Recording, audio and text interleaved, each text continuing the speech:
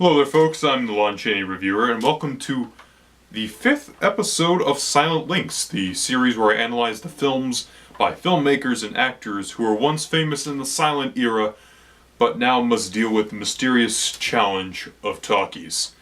I haven't done this show in a while, and I felt it was very appropriate for the return of Silent Links, especially in Season 2. It had to be a really classic film. You know, I've discussed Monsieur Verdoux, King of New York, the Don Juan movie that Douglas Fairbanks did, and Fritz Lang's M. Now I'm talking about arguably one of the greatest movies about Hollywood ever made, and one of my personal favorites, Sunset Boulevard. I've owned the film on VHS and DVD, but today I should be discussing this Blu-ray edition supplied from Paramount. So let us discuss the film. After numerous failed screenplays and a run-in with Repo Men, screenwriter Joe Gillis goes onto the 10,000th block of Sunset Boulevard, where he meets Norma Desmond, the silent beauty, played by Gloria Swanson, who was also a silent beauty, who is now dwindling in her gigantic but empty mansion. Joe Gillis is entrapped by Norma Desmond's offer of money in order to rewrite a gigantic and seemingly impossible to readapt screenplay. And he is more than willing to accept this offer because he's as broke as a joke. But while Norma Desmond wants to pursue a relationship with Joe Gillis pursues a relationship with up-and-coming screenwriter Betty Schaefer, which disappoints Norma Desmond very, very much. Let me start off by saying this. This film defies categorization, meaning some films you can just say, it's that genre. For instance, I don't know, The Hangover. It's a comedy. Whether you think it's funny or not, it's a comedy. Casablanca. It's a romantic thriller. Or suspense, I don't know what you want to call it. So it's a World War II romantic film. Or you have The Red Shoes, which is a story about art and, you know, life and sacrifice and those themes. This film has a lot of different genres just packed into one film. And that's what makes it so interesting.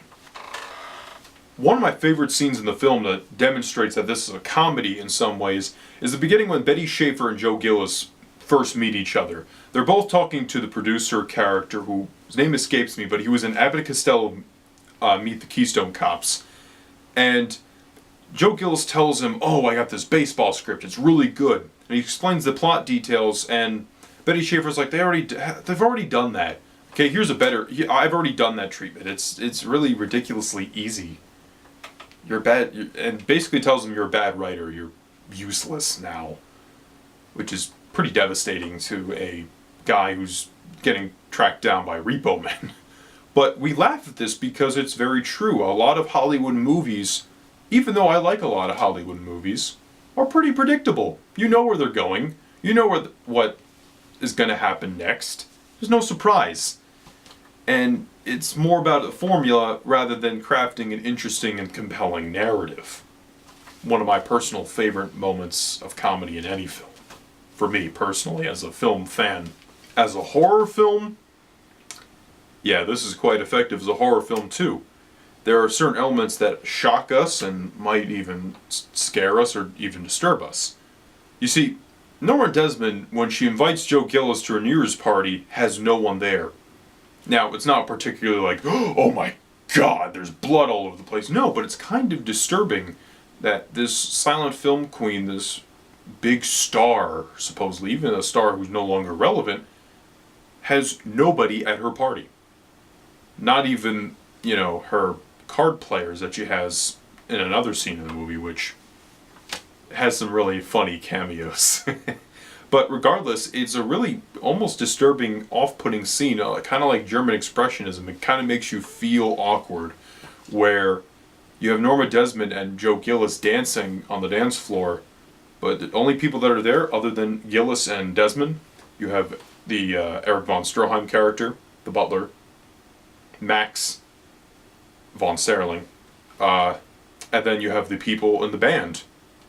Wow. God, that's a bit offsetting that there's nobody else at the party to say, I really want to get out of here. You really can't say to anybody. And there's nobody to say, here, hang out with her. No. You're the only guest that's there. That's really scary. You're the only guest that's there, and this woman has you by the rope because you have nothing. The repo men took your car, and the butler is committed to Norma Desmond, and Norma Desmond loves you. That is a perfect setup for a horror film right there. And this is also a noir piece because the entire story is told in flashback. That's kind of a spoiler. I'm sorry. I'm really sorry that I did that. And there's some crime involved. And yeah. So people have even classified this as a noir piece as well. So this film has quite a few genres. It's not just a romantic tragedy. It's comedy, it's a horror film, it's a noir piece, and other elements are in the film as well, including satire. And I'm going to talk about the other performances in the film just to start really getting at the characters and stuff like that. Joe Gillis, in my opinion, is one of the most interesting characters in any movie. He's one of my favorites, even though in some ways he's an unlikable character, because in some ways he kind of brought this onto himself. However, you kind of feel bad for him because well, I don't want to spoil that. But anyway, Joe Gillis, played by William Holden, is one of my all-time favorite characters in any movie. He is very average. His name is very average. That doesn't mean I'm average because I'm named Joe, okay? So, I'm the exception. But regardless, for people like Joe Gillis, he's pretty average. And that's, like I said, with the comedy screenplay he presented earlier, that was average, at best. This character is a nobody. And the fact that the one chance at, fame and power and all that is really just pulled from under his feet is really tragic. And he has to go back to, I believe it's Ohio, working for his dad or something, and he doesn't want to do that. And I think a lot of us can relate to that, where we want to be independent, we want to pursue our dreams, and then reality comes crushing in and going, oh, I really can't do that. I'm really in over my head. And that's Joe Gillis. He's a character that's really in over his head and doesn't have a full comprehension of what's really going on. Betty Schaefer, at first glance, is innocent, completely innocent. There is no wrong Betty Schaefer can do. And out of the four main characters, she seems to be the most innocent, and it seems like she's done nothing wrong. However, she is just as conniving and as ambitious as all the other characters in the film. Except for maybe Max, but we'll get to him in a minute. She is kind of the love interest for Joe Gillis. Betty Schaefer is played by Nancy Olson. She turns in a very good performance, and she got an Oscar nomination for it, so that's really nice. But her character is kind of the one piece of normalcy that Joe Gillis has. But as I've said earlier at the beginning of the movie, in the first scene, she's ambitious. She's a young, ambitious screenwriter who wants to be in control of her destiny and, take the industry by storm. Something Joe Gillis wanted to do, but is now in the dumps, essentially. And, yeah, she's a good character. Max. Yeah, Max is just a really tragic character because he's played by Erich von Stroheim, and essentially his character is based off of himself in some ways. Erich von Stroheim directed the film that I'm going to talk about this week, Queen Kelly, and that helped end his directorial career, and was really not a very good film for either Stroheim or Swanson in terms of reputation back then.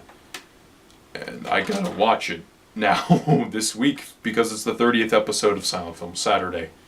But anyway, his character is Eric von Stroheim in this film's universe. He says the 3 best directors were DeMille, D.W. Griffith, and Max von Merling, and that could easily be translated to Eric von Stroheim.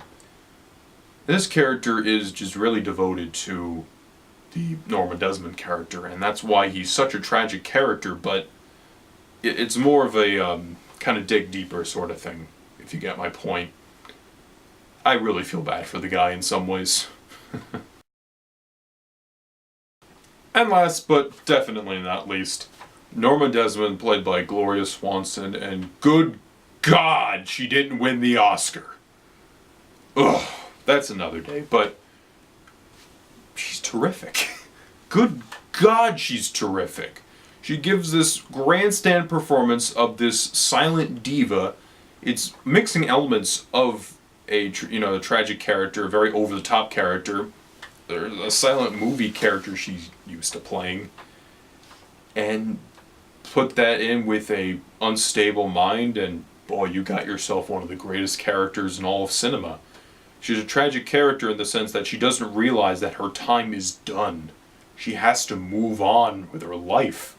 It's really depressing. Looking at her mansion's beautiful, but at the same time it's old and depressing. All she has are pictures of herself, and I don't want to go into any more details, but oh God, the more you learn about her, the more you're just like, good God, this movie is depressing in some ways. As many times as I've watched it, I've always come out of it feeling depressed because of a lot of the characters in the film, especially Norma Desmond. So, yeah. As for the rest of the film, other elements I really need to touch upon. I just wanted to get through the genres and the characters. But in terms of the narrative, it's told essentially as a flashback, but you have also all these other elements of people from the silent era. I won't mention a whole lot of them, but we definitely have a cameo by Cecil B. DeMille as himself, and basically as a character that's just like, that doesn't want to say it to Norma Desmond's face, but he's like, I don't want anything to do with her anymore. She's nobody now. Nobody remembers her. And one of the most another depressing scene, so many depressing scenes in this movie, is when she goes to Paramount, and the only people that recognize her are the really old veteran people that are there. The light guy, the security guard, the bit players. All those people swarm around her, but the young people are like, who is Norma Desmond? What? Get out of here! What are you doing here? And when Cecil B. DeMille tells all of them to go away, it's, oof. That hits you right there, man. Boy. And there's also other really nice nods. But essentially the film's about Hollywood. You gotta stay competitive. You have to stay relevant. And in some ways that's really depressing. So you have to see this film. I'm sure that most of my audience has seen this film at one point or another. And if you haven't seen it in a while, I recommend you revisit it. I'm sure glad I did. See you guys later this week for Queen Kelly, the 30th episode of Silent Film Saturday.